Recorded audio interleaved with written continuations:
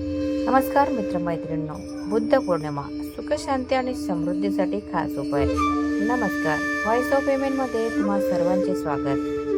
मंडळी, वैशाख पौर्णिमा म्हणजेच बुद्ध पौर्णिमा हा दिवस केवळ बौद्ध धर्मियांसाठीच नाही तर संपूर्ण जगासाठी शांती आणि करुणाचा संदेश देणारा दिवस आहे. भगवान विष्णूचा 9वा अवतार मानला जाणाऱ्या भगवान बुद्धांच्या आशीर्वादाने आपल्या आयुष्यातील दुःख कसे दूर करावे यासाठी आज मी तुम्हाला काही खास उपाय सांगणार आहे. नंबर 1. घरातील नकारात्मकता दूर करण्यासाठी. बुद्ध पौर्णिमेच्या दिवशी घराच्या मुख्य दरवाजावर हळदीने स्वस्तिक काढा आणि उंबरठ्यावर गंगाजल किंवा शुद्ध पाण्याचा शिरकाव करा. यामुळे घरात सकारात्मक ऊर्जा प्रवेश करते. नंबर 2. पिंपळाच्या झाडाची पूजा. भगवान बुद्धांना पिंपळाच्या झाडाखालीच बोधिसत्व म्हणजे ज्ञान प्राप्त झाले होते. म्हणून या दिवशी पिंपळाच्या झाडाला पाणी अर्पण करा आणि तिथे तुपाचा दिवा लावा. यामुळे पितृदोष कमी होतात आणि मानसिक शांती मिळते. नंबर 3. पांढऱ्या वस्तूंचे दान. पौर्णिमेचा चंद्र हा मनाचा कारक असतो.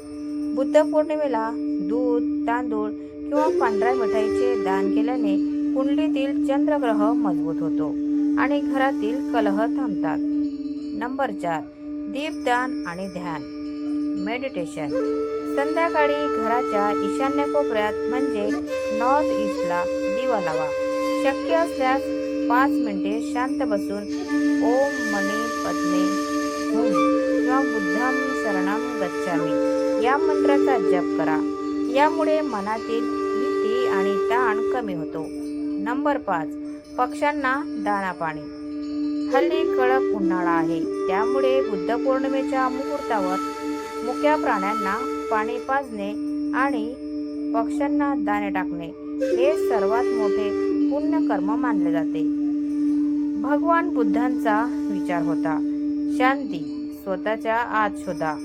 या बुद्ध पौर्णिमेला हे छोटे उपाय करून पहा आणि आपल्या आयुष्यात आनंदाने स्वागत करा. तुम्हाला ही माहिती कशी वाटली कॉमेंटमध्ये नक्की सांगा. कॉमेंटमध्ये नमो बुद्धाय लिहायला विसरू नका. अशाच धार्मिक आणि माहितीपर व्हिडिओसाठी पाहत रहा व्हॉइस ऑफ MN. ह्या चॅनलला सबस्क्राईब नक्की करा आणि शेअर करा. सर्वे भवन्तु सुखिनः. धन्यवाद.